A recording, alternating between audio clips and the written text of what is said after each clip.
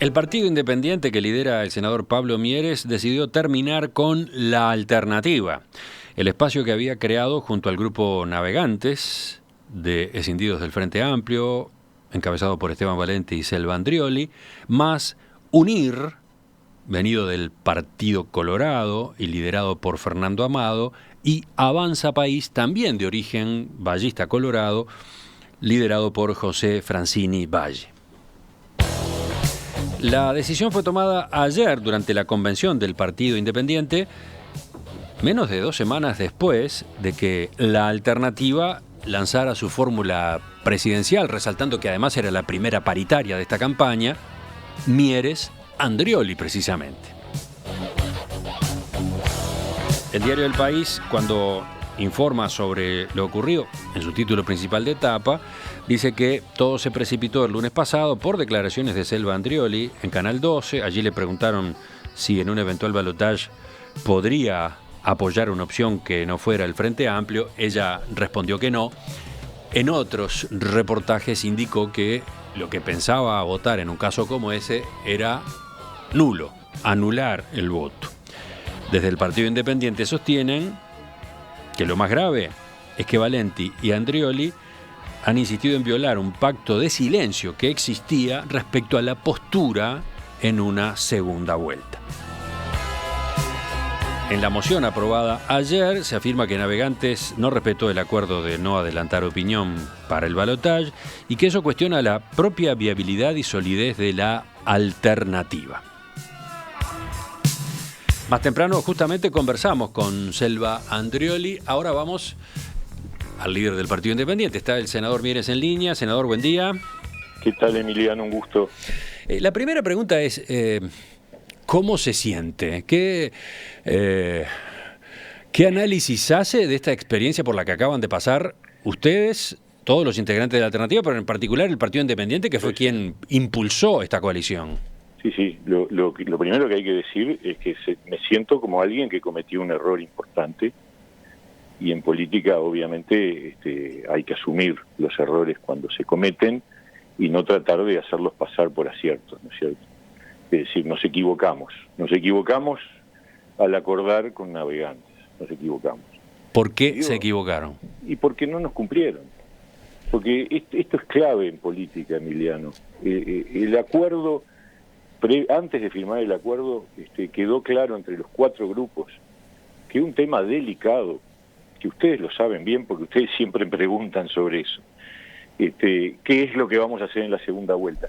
Y preguntan por 2 razones, porque nosotros somos un partido más chico que difícilmente alcance la disputa de la segunda vuelta y porque a diferencia de otros partidos que pueden tener mayor dimensión, no estamos alineados. Entonces este era un tema crucial. Para poder transitar durante la campaña electoral no debería haber pronunciamientos de nadie. Y ese fue el acuerdo alcanzado entre los 4 grupos antes de firmar el 28 de noviembre pasado el compromiso.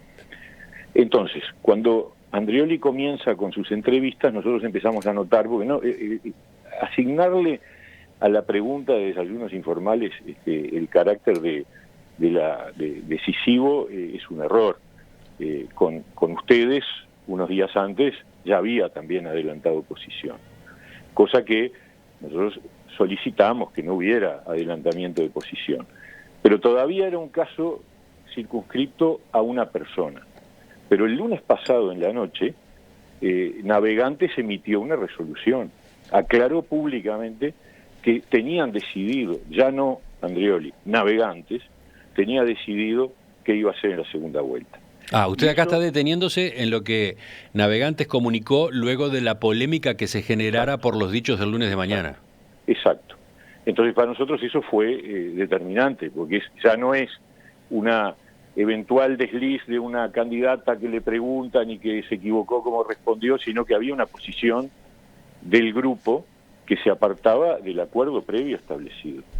Entonces, todavía después de eso, el Partido Independiente entendió que podíamos recolocar, digamos, la situación si Navegantes se avenía al pacto original. Es decir, rectificaba estos adelantos de posición, de posicionamiento, y ratificaba el acuerdo previo de no pronunciamiento hasta el 27 de octubre y por lo tanto de aquí en más el silencio correspondiente. Era difícil rectificar cuando había habido un comunicado. Si usted está mencionando que hubo un comunicado de Navegantes, ya la marcha atrás, ¿cómo se hacía? Más difícil hacer una campaña con alguien que no cumple, ¿no? O sea, es muy difícil en esta campaña, Emiliano, que es una campaña muy compleja, muy intensa, llena de incertidumbres, de novedades, se ha dicho tanto sobre la campaña, de que va a estar muy embarrada la cancha, etcétera, etcétera. 7 meses habiendo perdido la confianza en uno de nuestros socios sobre qué nuevos hechos consumados nos va a generar. Porque ¿cuál era el panorama entonces para adelante? Navegantes ya definió lo que hace el 27 de octubre y los demás callados. No, bueno, a ver, eso... y después vaya a saber qué sobre otros temas que van a ir surgiendo en la campaña y que van a ser importantes.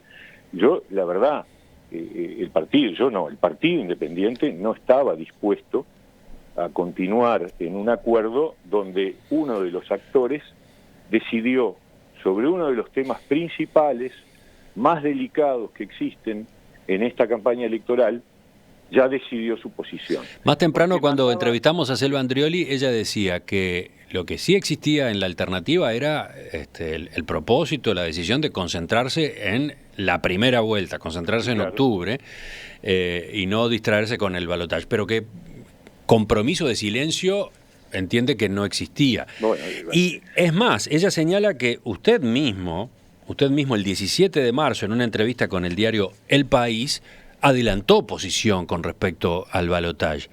¿Qué responde usted? Yo tengo acá el texto de esa entrevista. Sí, claro, yo lo conozco bien lo que dije.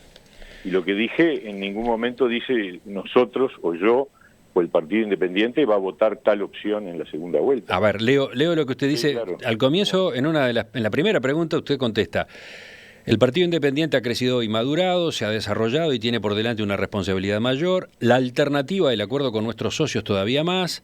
Nuestra primera postura es ir a pelear para estar en la definición y haremos todo lo posible.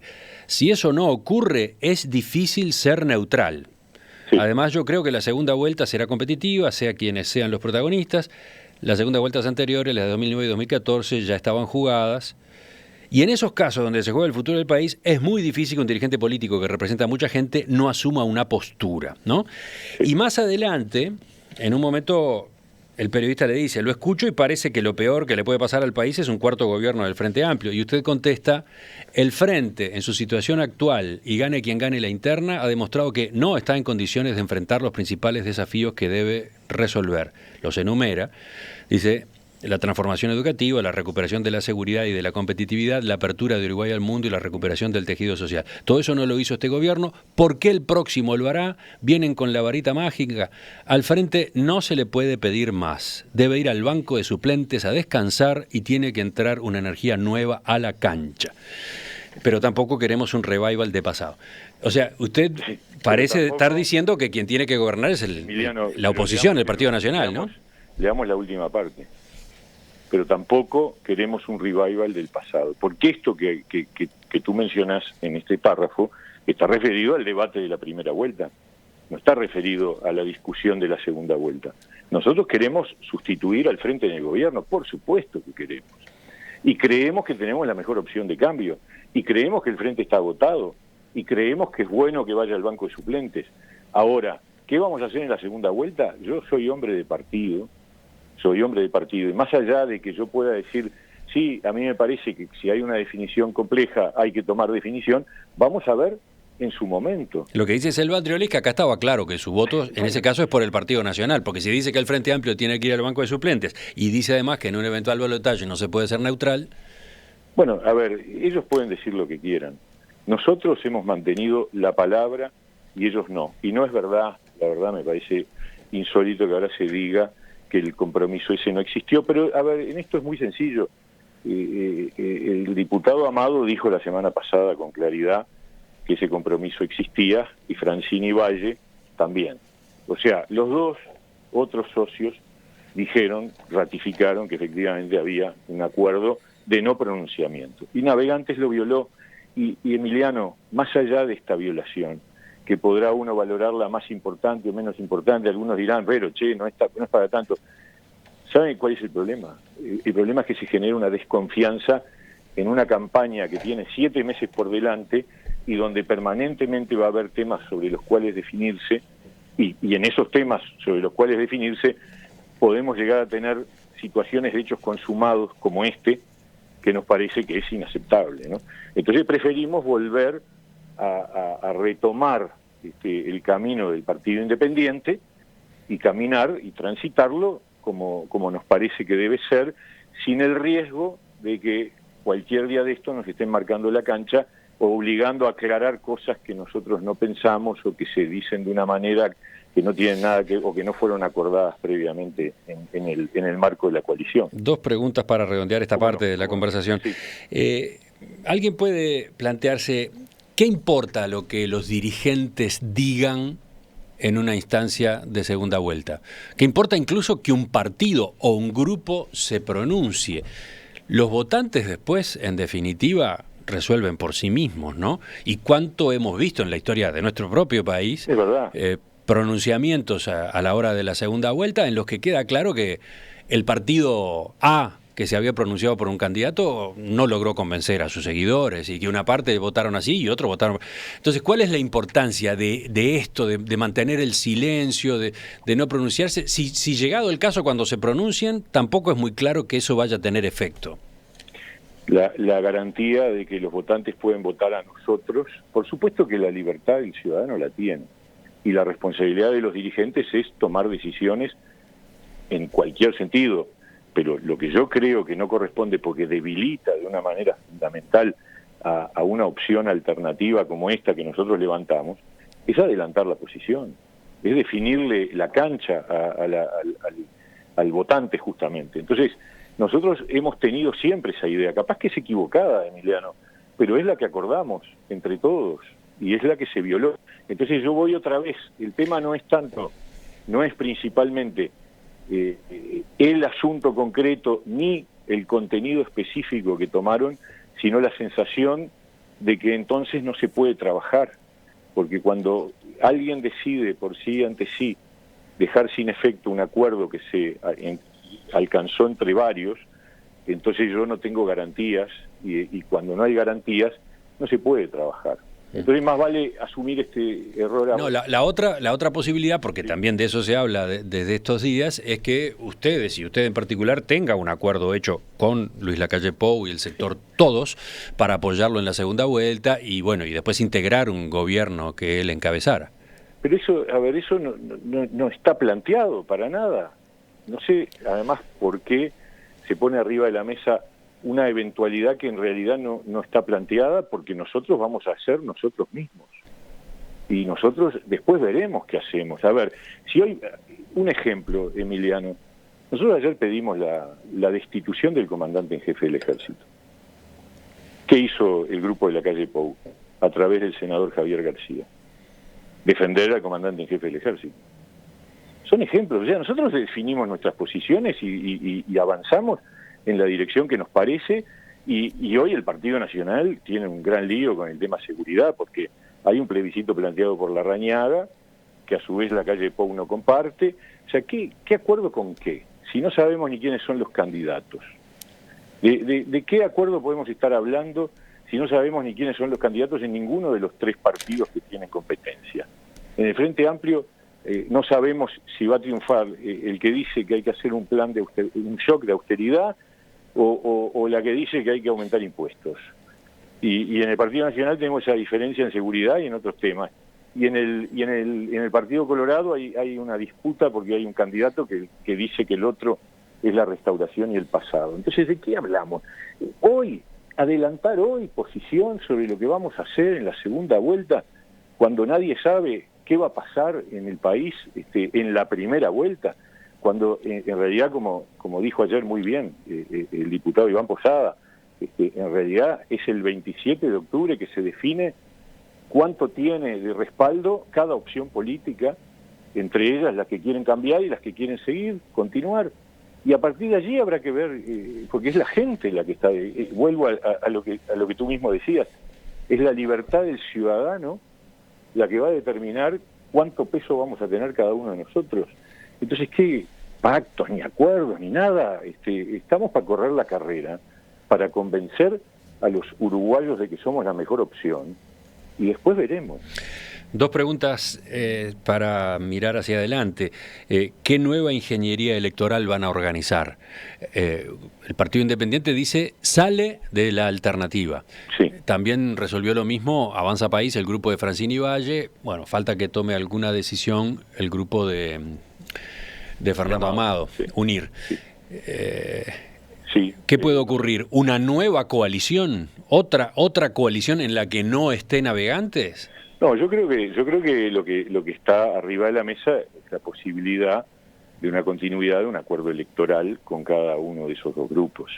Un acuerdo electoral bilateral. Yo creo que recrear otro nombre me parece que está fuera de las posibilidades reales. ¿Un acuerdo bilateral qué quiere decir? ¿Que estos grupos voten dentro del Partido Independiente?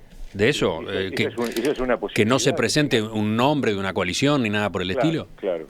Eso es una posibilidad. En todo caso, está claro que la situación también es distinta entre los dos grupos, porque Avanza País tomó la misma definición que nosotros, o sea que está fuera de la alternativa, mientras que hasta el momento UNIR está dentro de la alternativa, ¿no es cierto? O sea, tiene que tomar una definición. Obviamente, no quiero decir con esto que su posición sea continuar. Digo que ellos van a reunirse el miércoles, y bueno, tenemos que esperar a ver qué definición toman, y luego tenemos sí conciencia clara de que se plantea una situación que uno no quiere dejar en blanco a nadie, ¿no? Además, si que no hay pérdida de confianza, no hay ninguna razón para que sea así. ¿Y la fórmula presidencial? Ya, eso es un tema para más adelante, Emiliano. Tenemos tiempo ahora para revisar con tranquilidad y, bueno, lamentar este error que obviamente... Selva Andrioli decía más temprano, es difícil repasar los elogios que se hicieron hacia mi persona cuando se me presentó como candidata a vicepresidente. No fui yo quien propuso eso, me lo propuso el Partido Independiente. Sí, es verdad, todo eso es verdad. Y la verdad, yo sigo teniendo la misma opinión sobre sus características de inteligencia, de militancia, de experiencia. Justamente por eso nos resulta muy doloroso que no hayan asumido que había una ruptura de decisiones y de acuerdos. Ese es el problema. El problema no son las calidades que refieren a su nivel político. El problema tiene que ver con una postura que les pedimos que revisaran para salvar el proyecto y se negaron a revisar, porque habían cometido una falta con respecto al acuerdo. Y para nosotros es muy importante, las confianzas son difíciles de construir y, como dicen muchos, se rompen rápidamente. Así que entonces la fórmula presidencial ahora no es urgente. ¿Cuándo saldría? Jurídicamente hay tiempo. Nosotros habíamos pensado que como había un acuerdo y se podía ya adelantar, era una buena cosa adelantarla. Pero en realidad, jurídicamente, el Partido Independiente tiene que reunir su convención en julio-agosto y allí sí tiene que votar el candidato a vicepresidente. ¿Mónica Botero puede llegar a ser la compañera de fórmula? Eso fue lo que circuló durante el fin de semana. Yo creo que hay que cuidar los nombres, creo que hay que cuidar todos los nombres, incluido también el de Andrioli. Sería muy malo andar hablando de nombres para sustituir. No, en este momento estamos en un momento de decir, bueno, acá el Partido Independiente se retiró, por lo tanto la fórmula queda sin efecto y el Partido Independiente tiene que seguir avanzando en su campaña electoral con las mismas convicciones, con las mismas ideas, con los mismos planteos y además con un agregado que en este lío quedó lamentablemente disimulado, que es que aprobamos nuestro programa de gobierno. Bueno, ese fue un problema de la convención de ayer, ¿no? Sí, yo sé. Quedó completamente opacado el programa. Me gustaría hacerle algunas preguntas sobre lo que votaron ayer en esta materia enseguida. Senador Mieres, ¿ustedes habían sido convocados ayer? La Convención Nacional estaba citada para discutir el programa. El programa terminó aprobándose, ¿sí? Sí, por una mayoría, casi unanimidad, solo una abstención. La verdad, fue un trabajo. Lo primero que quiero decir, porque me parece que es importante, nosotros este trabajo lo empezamos hace 2 años, primero con mesas públicas sobre el futuro del país, sobre distintos temas, del trabajo, de la seguridad social, de la economía, de la educación.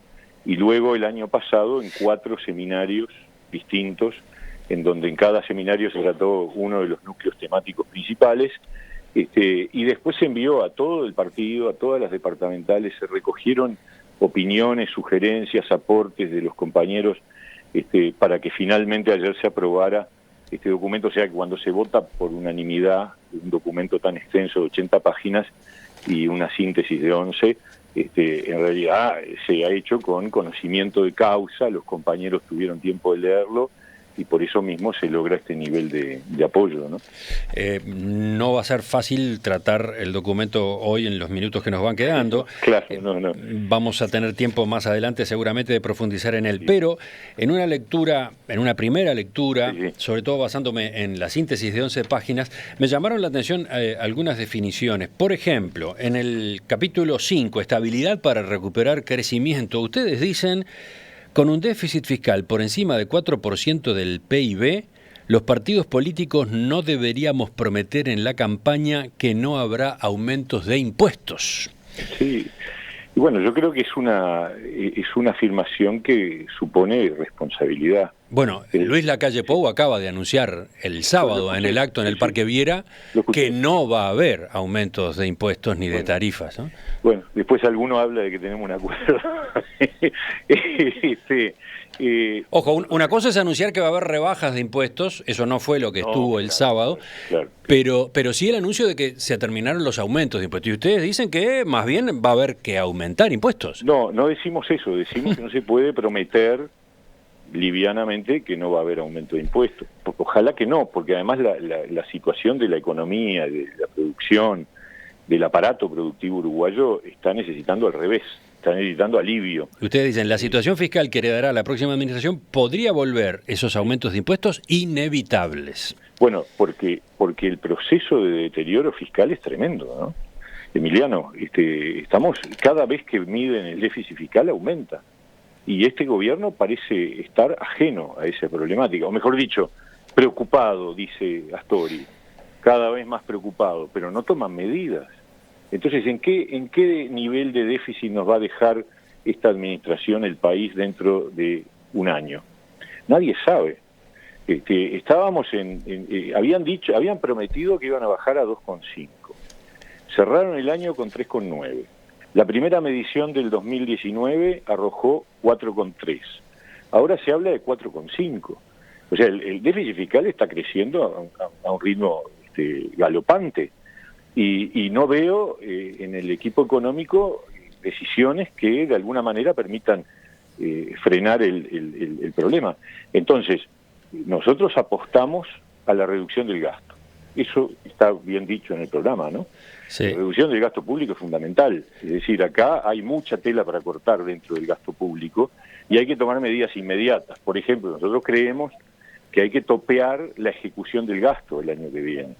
O sea, las primeras medidas que hay que tomar cuando uno asuma, si nos toca a nosotros estar en el gobierno, pongamos que a nosotros nos toca ganar, ¿no? Nosotros mandamos un proyecto de ley inmediatamente al Parlamento topeando la ejecución del gasto para el año 2020, porque como todavía no tenemos presupuesto y rige el presupuesto anterior, si no topeamos la ejecución, podemos tener un agravamiento de la situación. Pero además hay que tomar medidas de restricción del gasto, de freno del ingreso a la función pública. Hay que tomar medidas que tienen que ver con revisar oficina por oficina y cortar con gastos superfluos, con gastos prescindibles, y hay mucha tela para cortar. Ustedes dicen de actividades que hoy en día son deficitarias y que no tiene sentido que el Estado las haga, como por ejemplo el cemento. Otra vez, yo creo que es por 15º año consecutivo, ANCAP exhibe que la sección cementos de ANCAP da déficit. Y es increíble que el Uruguay sostenga una actividad productiva que no es esencial que la realice el Estado, que en cualquier parte del mundo es una actividad privada, donde juegan distintos actores, y la sigamos manteniendo con déficit de $10 millones durante 10, 15 años. ¿No? Sí, ustedes dicen que hay que encarar una reforma de la seguridad social, o eso es impostergable, que hay que modificar la gobernanza de las empresas públicas, sin duda. Pero bueno, esos son procesos que llevan su tiempo. Y luego van a uso más eficiente de los activos que tiene el Estado. eso debe acompañar la racionalización del gasto público.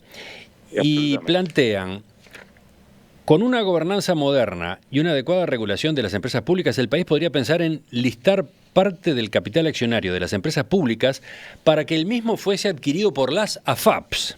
Sí. Esto permitiría una mejor diversificación del portafolio de las AFAPs, beneficiando a largo plazo a los trabajadores y permitiría obtener fondos adicionales para ser invertidos en áreas prioritarias. Esta idea yo no la había escuchado todavía, Sí. Bueno, la de que se abriera en bolsa, supongo, o en alguna forma de venta, una parte del capital accionario de las empresas públicas, pero no a cualquiera, no a cualquier inversor, sino a las AFAPs en particular.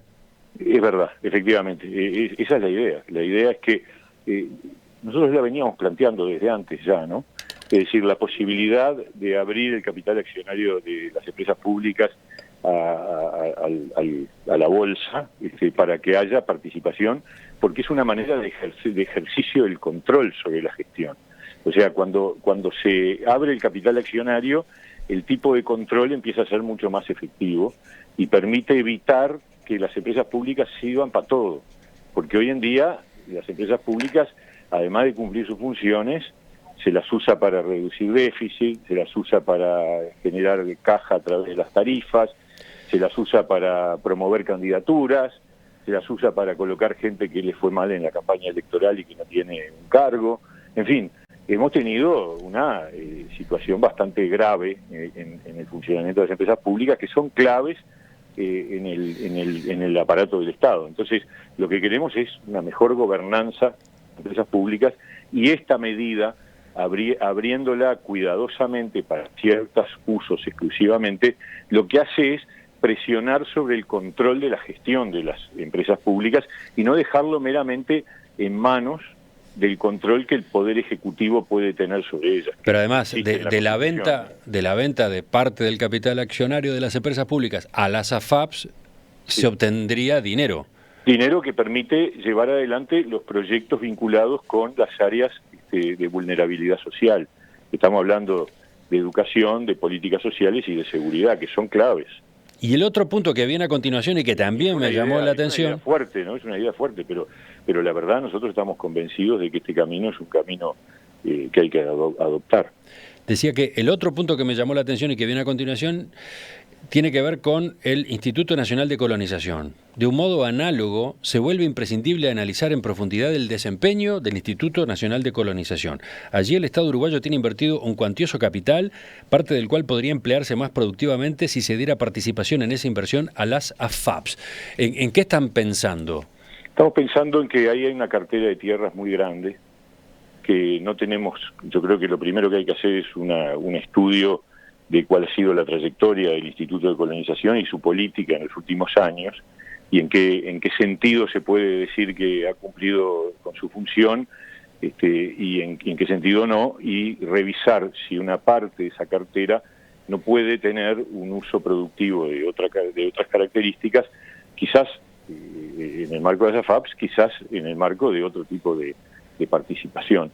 Pero en definitiva... ¿Ustedes qué están diciendo? ¿Que el rol social que, entre comillas, cumple el Instituto Nacional de Colonización puede ejecutarse de otra manera? ¿No requiere ser propietario de la cantidad de hectáreas de tierras que hoy tiene ese instituto?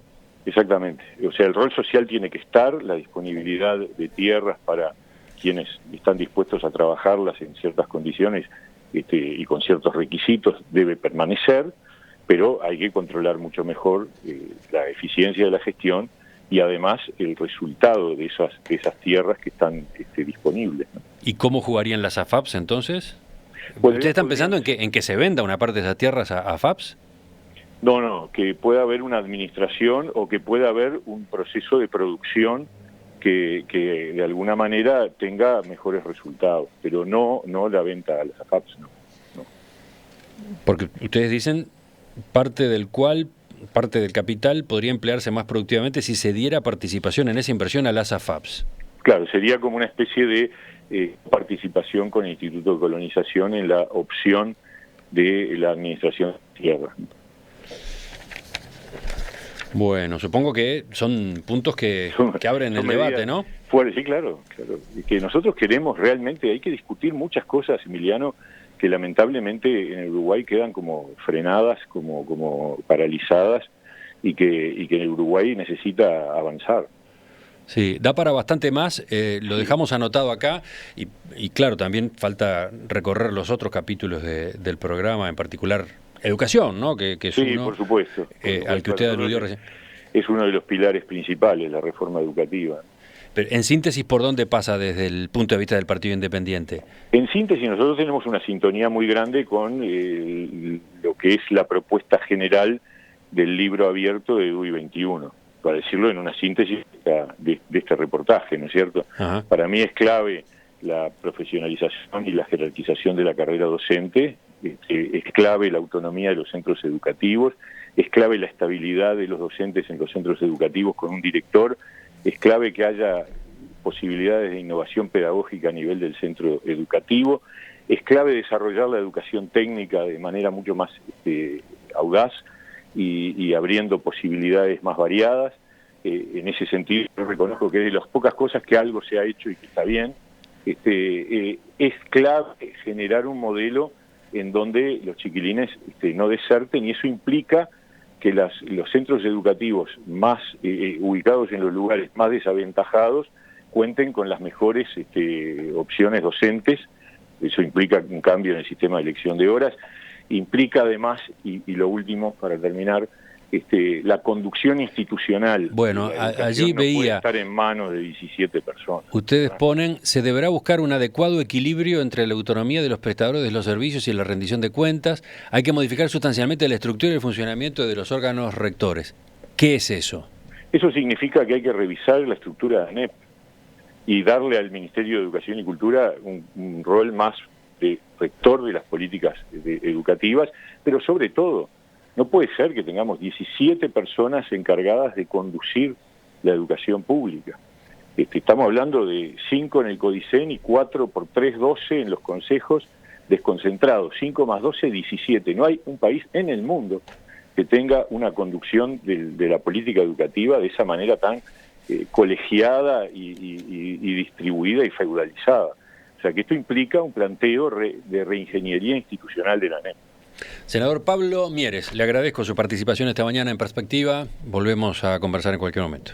No, un gusto grande, que pasen bien. Chau, chau. La alternativa, la coalición que el Partido Independiente construyó junto a los grupos Navegantes, Unir y Avanza País, y que se lanzó a fines del año pasado, duró pocos meses en el escenario político.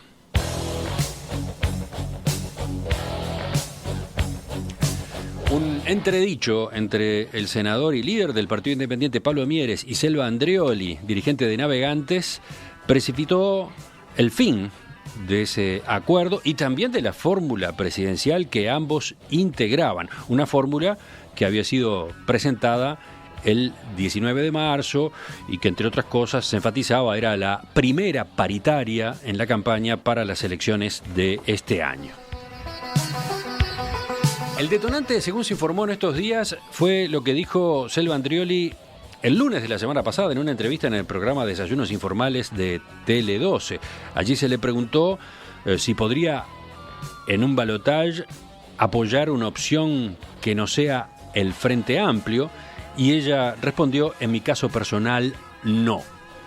Aunque aclaró que no hablaba en nombre de la alternativa ni de Navegantes, esa declaración molestó mucho a Pablo Mieres. Le habíamos preguntado lo mismo el viernes previo acá en Perspectiva, y su respuesta había sido que en un escenario de segunda vuelta ella anulaba el voto. Ayer la Convención Nacional del Partido Independiente, que estaba convocada para tratar el programa de esa colectividad rumbo a las elecciones de octubre, dio por terminada la relación. Anunció, mediante un comunicado, que el partido había decidido retirarse de esa nueva coalición. En el texto se plantea que el firme compromiso del Partido Independiente con los acuerdos entre los integrantes de la alternativa no fue debidamente correspondido. Concretamente se hace referencia a que Navegantes no respetó el acuerdo de no adelantar opinión alguna sobre lo que harían los sectores coaligados ante un eventual balotaje en el que no les tocara participar, en el que la alternativa como tal no estuviera. El Partido Independiente entendió que las declaraciones de Selva Andrioli y la negativa posterior del grupo Navegantes a rectificarlas cuestionan la propia viabilidad y solidez de la alternativa, haciéndola vulnerable ante futuros y seguros desafíos. Y también cuestionan los cimientos mismos del entendimiento adoptado. Por lo tanto, el partido resolvió reconocer el fracaso de la experiencia emprendida y retirarse de ella, dice el comunicado. Hoy, en esta convención, el Partido Independiente está haciendo un acto profundo de afirmación de su esencia política y filosófica, dijo Mieres después de que se aprobó esa moción, y agregó: solos o acompañados, somos una opción de gobierno, somos un partido con ideas para gobernar, somos un partido con ideas para cambiar. Vamos a abordar este asunto con más de un punto de vista. Ahora mismo saludando a Selva Andrioli, ex compañera de fórmula de Mieres, cuyos comentarios de estos días en los medios vinieron a precipitar esta crisis. Selva, buen día, gracias por acompañarnos. Buenos días a toda la audiencia. ¿Efectivamente existía ese compromiso de no pronunciarse sobre voto en segunda vuelta? ¿Sabe por qué lo pregunto? Se ha estado diciendo desde hace varios días que sí existía, pero mi pregunta viene porque usted contestó con gran naturalidad a esa pregunta cuando hicimos aquella entrevista el viernes 22 acá. Entonces... Absolutamente. Primero, nosotros tenemos un acta fundacional. El acta fundacional la puede leer cualquiera en nuestra página web. Allí no está indicado que vamos a votar en el balotaje todos juntos, de común acuerdo, sino al contrario. El acta fundacional habla de respetar las individualidades de cada uno de los sectores que integraban la alianza, y la alternativa esta. Y de alguna manera lo que sí se había planteado era, bueno, vamos a trabajar todos hacia romper la bipolaridad para conformar efectivamente una perspectiva de cambio hacia octubre. Eso no quiere decir que en muchos casos, y puedo nombrar algunos, ya el senador Pablo Mieres había manifestado su propósito de votar al Partido Nacional en el balotaje, cosa que lo había hecho 2 días antes nada más en la entrevista que hay en el diario El País del 17 de marzo, cuando le preguntan si va a dejar en libertad de acción o no a su partido, y él dice no, y bueno, de alguna manera va a convocarse a votar y para sacar al Frente Amplio del poder. Todos sabemos que las encuestas lo dicen, no hay que ser muy tonto para entenderlo, que las 2 opciones que hay para votar son Frente Amplio o Partido Nacional. Nosotros siempre dijimos desde el principio que no íbamos a votar ni a unos ni a otros. Pero no, perdón, vuelvo a la pregunta entonces. ¿Existía ese compromiso dentro de la alternativa de no hablar del voto, del eventual voto en un balotaje? Existía trabajar sin pronunciarnos específicamente sobre el voto en el balotaje. Lo que ese compromiso ya se había, de alguna manera, había fallado ese compromiso por el propio Pablo Mieres, que el 17 de marzo, el domingo 17, llama o dice que va a votar al Partido Nacional. Y eso es antes del lanzamiento de la fórmula. Estoy tratando de calcular en el almanaque, que fue antes del acto de lanzamiento de la fórmula presidencial. Fue antes del acto de lanzamiento de la forma, pero antes, en búsqueda, creo que es búsqueda del 28 de noviembre, o por ahí no me acuerdo, y también antes, en otra entrevista de Diario El País, ya Pablo Mieres, y nosotros lo sabíamos y lo respetamos, porque lo hemos conversado, que ellos aspiraban que para sacar al Frente Amplio ellos iban a adherir a la opción del Partido Nacional. Nosotros, como personas libres que somos, porque creo que esta es una nueva forma también, o por lo menos creímos que era una nueva forma de hacer política, nos planteamos ser sinceros, y yo lo dije en todas las reuniones, todas las entrevistas. Yo hablaba a título personal. Nosotros no vamos a llamar a votar a nadie, sino que vamos a dejar en libertad de opción. Y a título personal, cuando me preguntaban, ¿y usted qué va a hacer? Bueno, yo, Selva Andrioli, sin comprometer ni la opinión de Navegantes ni de la alternativa, yo voy a votar anulado. Tengo todo el derecho de decirlo, primero porque me considero una mujer libre, y segundo porque además ya antes había expresiones del candidato del Partido Independiente expresando su opción de que esta vez no iba a dejar liberado a sus votantes al voto, sino que iba a llamar a votar para sacar al Frente Amplio del gobierno. Ustedes tuvieron una reunión la semana pasada, Valente y usted tuvieron una reunión con Mieres y con otros dirigentes del Partido Independiente, eso fue el jueves, ¿no? Eso fue el jueves. ¿No intercambiaron esta información? ¿Usted no manejó estos argumentos? ¿Cómo se procesó ese intercambio? Claro que sí. Incluso yo hasta llevé las notas donde estaba explícito esta postura del Partido Independiente y le dije a Pablo, tú esto ya lo dijiste, tú ya te pronunciaste por el Partido Nacional y nosotros respetamos que ustedes decidan pronunciarse por el Partido Nacional, porque las cuentas claras son que en una alianza, en una coalición que uno comienza a construir, lo primero que estaba claro es que teníamos puntos en común, pero también estaba claro que teníamos historias e identidades diferentes y que las íbamos a respetar. Nunca nadie en el acta fundacional dijo que teníamos que acordar para todos juntos votar en el balotaje una u otra opción, que es lo que él ayer reafirmó. No nos van a llevar del moño. Bueno, yo digo lo mismo, a mí tampoco me van a llevar de la nariz. Bueno, pero ¿y no hubo forma de entenderse entonces cuando se reunieron el jueves? No, porque ellos pretendían que nosotros hiciéramos una declaración pública que rectificara esta decisión y dijera que no habíamos tomado esta decisión de votar en nulo, que nos rectificábamos. Y nosotros dijimos, ¿por qué vamos a mentirle a la gente? Si estamos tratando de hacer una nueva forma de hacer política, si estamos tratando de recuperar la confianza, ¿por qué vamos a mentir en un tema tan delicado y decir, vamos a esconder bajo el poncho lo que vamos a hacer después en el balotaje? Para nosotros no tiene ningún sentido. Una cosa es trabajar de común acuerdo, con énfasis, para hacer una tercera opción, y otra cosa es saber que no íbamos a llegar a competir con el Partido Nacional y con el Frente Amplio en la segunda opción, porque las encuestas lo cantan, porque no sé, tendría que venir un cataclismo para que subamos del 4% que nos dan algunas encuestas al 40%. Otra pregunta, ¿este fue el único motivo del desencuentro, el cortocircuito, este tema del anuncio de que se votaría en una segunda vuelta? Es el único motivo, después de, y quiero aclararlo, yo no me propuse ni me propuso Navegantes para vicepresidencia. Nunca estuve por los cargos, nunca tuve cargos políticos, ni tampoco los pedí. Lo pueden confirmar mis ex compañeros del Frente Amplio. Nunca pedí un cargo político. Esta propuesta viene de Pablo Mieres, que vino a decirme que quería que yo fuera su compañera de fórmula.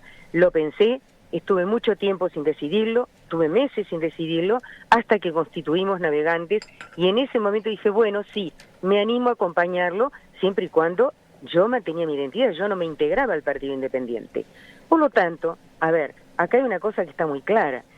A mí no me interesa el cargo, a mí lo que me interesa es la gente que quedó decepcionada, que pensó que efectivamente esto era una nueva forma de hacer política y que le devolvíamos la confianza en la política a la gente. Nosotros ya empezamos nuestras giras por el interior y vimos la expectativa que se había creado, el entusiasmo. Mañana tenemos una asamblea entre nosotros y va a ser una asamblea virtual con algunos de los grupos de navegantes que se han conformado en el interior, y veremos qué respuesta le damos, porque este hecho lo que nos deja a nosotros es sin la posibilidad de votar. No tenemos posibilidad de participar en estas elecciones, ya que el lema... Ahora hablaremos de eso, pero bueno... Yo llevo la pelota bajo el brazo. Llama mucho la atención lo que acaba de ocurrir. Yo creo que en la vida política de nuestro país no hay antecedentes de una coalición, de un acuerdo político tan efímero, ¿no? Tan breve. Es muy llamativo. Ustedes, porque recién manejaba argumentos a propósito de la conducta, el comportamiento de Pablo Mieres. ¿Ustedes no hacen autocrítica a propósito de cómo negociaron? ¿Esa coalición era una coalición consistente o era algo agarrado con alfileres? Bueno, pensamos que era una coalición realmente fuerte. Pensamos que estábamos todos en la misma ruta. Pensamos además que este tema, que yo considero que es un tema no menor en el sentido de el respaldo que le damos a quienes confían en nosotros de qué es lo que vamos a hacer, y lo decimos con tranquilidad y sin ningún tapujo. Pensamos que esto no iba a ser un problema de relacionamiento. Mi impresión, visto de afuera, es que allí había más problemas, que en ese entendimiento había otras fragilidades, ¿no? Yo creo que había compromisos del Partido Independiente con el Partido Nacional. Esa es mi opinión. Ahora que yo lo veo en perspectiva, pienso, y la vida lo dirá, porque hay... ¿Compromisos de qué tipo? ¿A qué está aludiendo? Y yo creo que había compromisos de cogobernabilidad con el Partido Nacional que nosotros no íbamos a acompañar. Lo dijimos siempre. Esto sí lo dijimos siempre. Nosotros no íbamos a votar al Partido Nacional, ni íbamos a tener compromisos de participación en ningún gobierno de partido, ni del Partido Nacional, ni del Frente Amplio. Esa posición nosotros no la cambiamos nunca. Por lo tanto, nosotros no defraudamos ninguna confianza. Eso es lo que me sorprende. Me sorprende que se diga eso. Entiendo lo que dice. Usted vuelve a cargar las tintas del lado del Partido Independiente, pero del lado de Navegantes, ¿no hay autocrítica? ¿Autocrítica en qué sentido? En cómo se negoció este acuerdo. ¿En qué había de sustancia en la alternativa? Este acuerdo nunca pasó porque nosotros compartiéramos la posibilidad siquiera de votar juntos en el balotaje por una opción que no entiendo. Mi pregunta era más general, sobre lo que había de sólido, de fondo en ese acuerdo, ¿no? Y bueno, Emiliano, esto es como tantas desilusiones que uno se lleva en la vida. Uno cree que la gente efectivamente tiene determinadas posturas, uno confía en que efectivamente hay interés en hacer política de otra manera, y se lleva la sorpresa de que la política sigue siendo un tema de cargos, un tema de acuerdos de políticos por atrás de la gente. Bueno, pero esa es mi opinión. Yendo ahora al futuro, ¿qué pasa con Navegantes? ¿Seguirá existiendo como grupo político? De hecho, usted lo acaba de mencionar, estaban armando de a poco una estructura en varios departamentos. Exactamente. Y bueno, y mañana tenemos una asamblea y probablemente el miércoles hagamos una conferencia de prensa y digamos de qué manera nos vamos a expresar en estas elecciones y a futuro, porque la vida no empieza ni termina con la alianza con el Partido Independiente. Ellos tienen todo el derecho de hacer lo que ellos consideren, y de verdad, así como a ti te sorprende esta especie de ráfaga, ¿no?, en que fue... y hay que ver las cosas que dijeron de mí cuando me proponen para la fórmula. Digo, ¿qué pasó en el medio para que todas esas cualidades con las que me adornaron en los discursos cayeran estrepitosamente? No me digan que pasó esto, porque esto ya lo sabían. Que yo iba a votar en blanco, anulado, eso ya lo sabían. Entonces, que yo lo diga públicamente y lo diga a título personal, yo no creo que sea ninguna traición a ninguna causa. Bueno, pero mi pregunta era otra. El futuro de Navegantes, ¿no parece que puedan integrarse a otro lema de los que ya existen en el espectro de opciones? No parece. ¿Ustedes como partido no están inscritos en la Corte Electoral, entonces? No tenemos opción de inscribirnos ya, por eso digo, nos quitan también la posibilidad de participar en las elecciones, porque íbamos a tomar prestado el lema, y no parece posible que nos podamos presentar en estas elecciones. Veremos de qué manera ingeniosa podemos decir presente con nuestras propuestas, con nuestro fundamento, con nuestros puntos de vista sobre temas que son candentes para el país, que no por simplemente por esta situación política transitoria dejan de estar presentes en la cabeza de la gente y en la preocupación de todos los uruguayos. Siguen estando, y nosotros seguiremos opinando y seguiremos actuando, y veremos de qué manera luego conformamos o no un partido con más tiempo. No teníamos tiempo. Pero en estas elecciones quedan afuera, punto. Partido. De estas elecciones quedaremos afuera, en principio sí. Selva Andrioli, gracias por sus respuestas esta mañana. No, por favor, gracias a ti.